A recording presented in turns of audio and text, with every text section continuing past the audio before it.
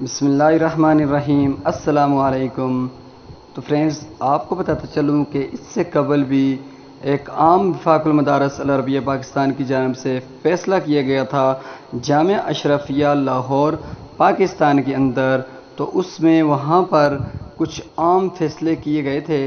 جن میں سب سے بڑا فیصلہ کہ وہ بورڈز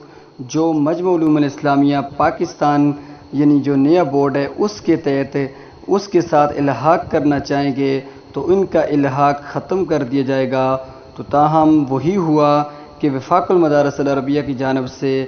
یہ نوٹس جاری کیا گیا ہے ان مدارس کو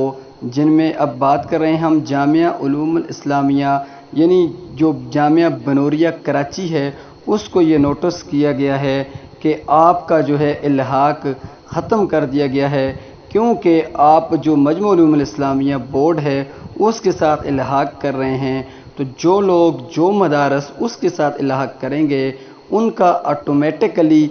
یہی ہوگا کہ ان کا الحاق ختم کر دیا جائے گا۔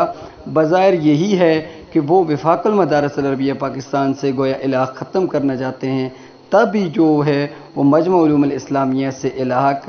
کرنا چاہتے ہیں۔ تو فرینڈز، یہ جو وفاق المدارس العربیہ کے ساتھ تعلق جو مجمع علوم الاسلامیہ کے ساتھ رکھیں گے تو وہ ان کا وفاق المدارس سے تعلق ختم ہو جائے گا